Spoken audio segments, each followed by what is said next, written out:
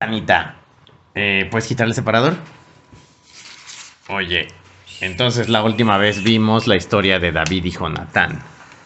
Y hoy vamos a ver una historia que aquí la titularon Los forajidos de Judá. Y está basada en Primera de Samuel del 21 al 24. Dice, sin darse tiempo ni siquiera para empacar provisiones, David huye a Judá, su tierra natal. Muerto de hambre y cansado, se detiene a reponerse en Nob. Ahí busca la ayuda de Ahimelech, el sumo sacerdote. David, luces terrible, ¿qué haces aquí? A esta hora de la noche y solo. David miente para proteger al sacerdote. No te asustes, estoy en una misión secreta a la que me envió el rey Saúl. Eso no es cierto, ¿verdad? Pero necesito pan, alimento, cualquier cosa que tengas. Lo único que tengo es el pan consagrado en el tabernáculo. Pero si estás tan hambriento, puedo permitir que lo tomes. ¿Sabes qué es bien interesante? Hay algunas cosas que la ley no permitía que algunas personas hacen y Dios se molesta con ellos. Y hay algunas cosas que la ley no permitía que algunas personas hacen y Dios no se molesta con ellos. Y lo más probable es que tenga que ver con la intención del corazón.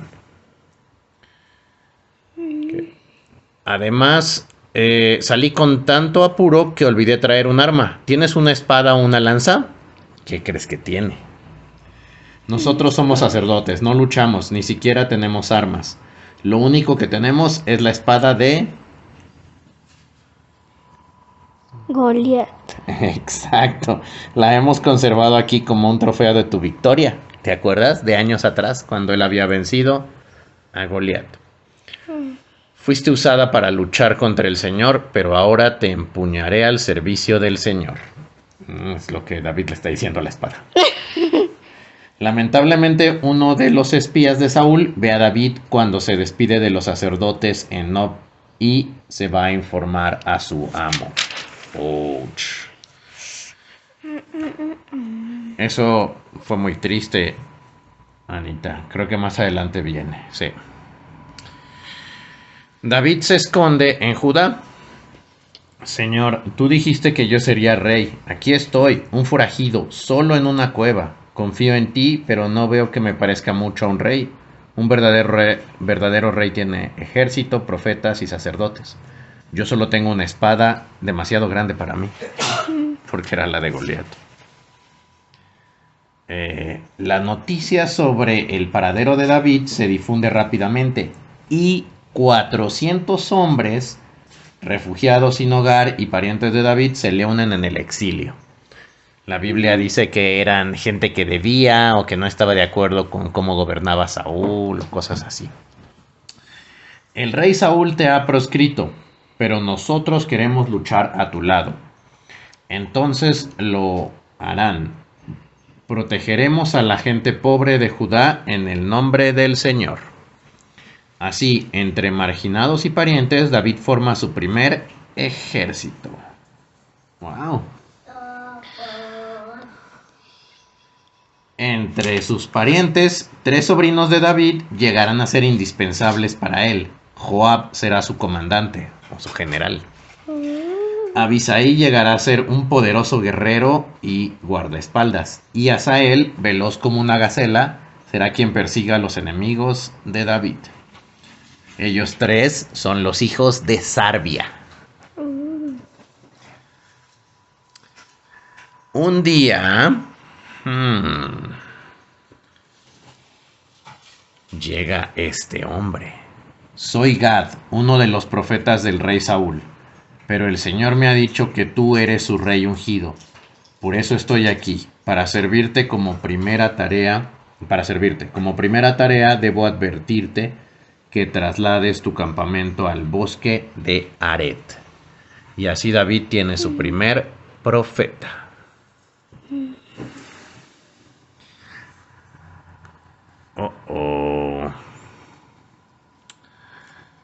Mientras tanto, Saúl ha convocado a Ahimelech, el que le dio la espada de Goliat. y a todos los sacerdotes de Nob. Los acusa de traición por haber ayudado a David, pero David no le dijo la verdad para protegerlo. ¿Cómo podría ser traición ayudar a uno de tus soldados más leales? Él es tu yerno, por supuesto que lo ayudé. Ayudaste a mi enemigo y morirás por esto. Su enfermizo deseo de venganza hace que Saúl ordene la muerte no solo de los sacerdotes de Nob, sino de todos los hombres, mujeres y niños en esa ciudad. Solo escapa Abiatar, hijo del sumo sacerdote Ahimelech. Wow. Saúl acabó con ellos. Le lleva la noticia trágica a David. Soy el único sacerdote que ha sobrevivido, pero preservé el efod del sumo sacerdote y lo traje conmigo. Oh Dios, perdóname, soy en parte culpable. Pedí ayuda y tu padre me la dio. Quédate conmigo, porque Saúl quiere tu muerte, igual que la mía. Saúl ha abandonado su fe en el Señor. A ti te serviré. Y de esa manera, David tiene su primer sacerdote. David ya le ha dado todo el séquito. Dios ya le ha dado a David todo el séquito de un rey. Ya tiene un profeta y un sacerdote. Y un ejército. Y un ejército, exactamente. Gad le informa a David que los filisteos han atacado la humilde ciudad de Keila. Y Abiatar comunica el mandato de Dios de atacar a Abiatar, su sacerdote, y rescatar a los paisanos de Judea. Sin embargo, los hombres de David no tienen confianza. No estamos entrenados, no podemos luchar contra un ejército filisteo. Estoy en medio de un ayuno. Pero David habla con ellos. Es verdad, tío, una cosa es defenderte del rey Saúl, pero los filisteos son demasiado para nosotros, dice al parecer Joab, tal vez. Hombres de Judá, nuestro padre profetizó: agarrarás a tus enemigos por el cuello, te agazapas como un joven león. ¿Quién se atreverá a despertarte? Leones de Judá, Dios nos ha entregado al enemigo. Peleen conmigo, peleen por sus familias, peleen por Dios. Y después de ese discurso, Anita, alentados por las palabras de David, sus hombres se sacuden los temores y marchan a la batalla. Provocan serias pérdidas a los filisteos y se llevan el botín para compartirlo con la gente de Keila. Ganaron la batalla. Pero mientras están celebrando su primer victoria, el profeta y el sacerdote de David le traen noticias preocupantes. David, Dios nos ha advertido que Saúl se dirige hacia aquí para apresarte. Abiatar, usa el efod y pregúntale al Señor si el pueblo de Keila me defenderá o me entregará a Saúl. El Señor dice que te traicionará. Entonces vayámonos. Wow. Aunque acaba de rescatar al pueblo, David se ve obligado a huir de los inconstantes ciudadanos de Keila y esconderse en las cuevas cercanas. Sin embargo, hay 200 hombres de Keila que se han impresionado ante su valentía y se suman al ejército. Ahora tiene un ejército de... ¿cuántos soldados? Tiene 600 soldados. Exactamente. Wow, y la historia sigue un poco más. El rey Saúl y su ejército llegan demasiado tarde en su intento de atrapar a David en Keila. Mientras continúa su persecución de David, Saúl se detiene a descansar en una cueva, sin saber que David y algunos de sus hombres están escondidos en el fondo. Algunos piensan, Anita, que Saúl no entró a la cueva a descansar, sino a hacer popó. Y mientras hacía popó, o mientras dormía, según lo que se interprete, los hombres de David le dijeron: él no ha visto que estamos aquí y está desprotegido, mátalo, Dios lo ha entregado en tu mano. Y era muy fácil para David matarlo. Pero David lo respetaba porque para David, Saúl era el ungido de Dios, el rey. Y entonces aquí los hombres se preguntan, ¿por qué David no lo mata? Este es el momento, tío David. El Señor prometió que tú serías rey y ahora te ha entregado a un viejo indefenso. David contempla al rey y piensa en todas las ocasiones en las que Saúl intentó matarlo, ¿te acuerdas? Cuando le aventó lanzas, por ejemplo. Ahora el celoso rey está a su merced, pero David solo se inclina y corta cuidadosamente un trozo de su túnica real. Muy silencioso, sin hacer mucho ruido. Entiendo, este es tu suegro. Entiendo que no quieras matarlo, pero lo haré por ti. No, él fue elegido por Dios para ser nuestro rey, le dice David. No nos corresponde a nosotros decidir cuándo morirá. ¿Okay?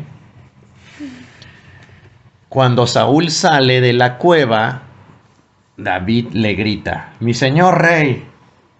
Y entonces Saúl se sorprende porque él pensó que no había nadie en la cueva. ¡David! ¿Por qué me sigue persiguiendo? No pretendo hacerle daño. ¿Ve este trozo de tela? Lo corté de su túnica. Podría haberlo matado, pero no lo hice. Padre mío, si he pecado contra Dios, que Él me juzgue. Pero ¿qué mal le hice a usted? Entonces Saúl le responde, me siento avergonzado. Eres mejor hombre que yo, David. Me marcharé y te dejaré tranquilo. Saúl se marcha con su ejército, pero poco tiempo después David se entera de que Saúl ha obligado a Mical, su esposa, a casarse con otro hombre. Esto le demuestra a David que Saúl no lo ha perdonado. También le llegan noticias de que Samuel ha muerto. Después de servir al Señor durante muchos años. Es una historia muy impresionante en donde vemos que aunque David estuvo en una posición donde pudo acabar con quien lo perseguía, él decidió obedecer a Dios. ¿Ok? Hay muchas cosas impresionantes en esta historia, Anita. Y más adelante veremos qué pasa con David mientras sigue escapando, huyendo de Saúl. ¿Ok? Ponle el separador, papá, y diles adiós. Adiós. Papi, vamos a ver la Biblia cómic. Biblia cómic. Sí.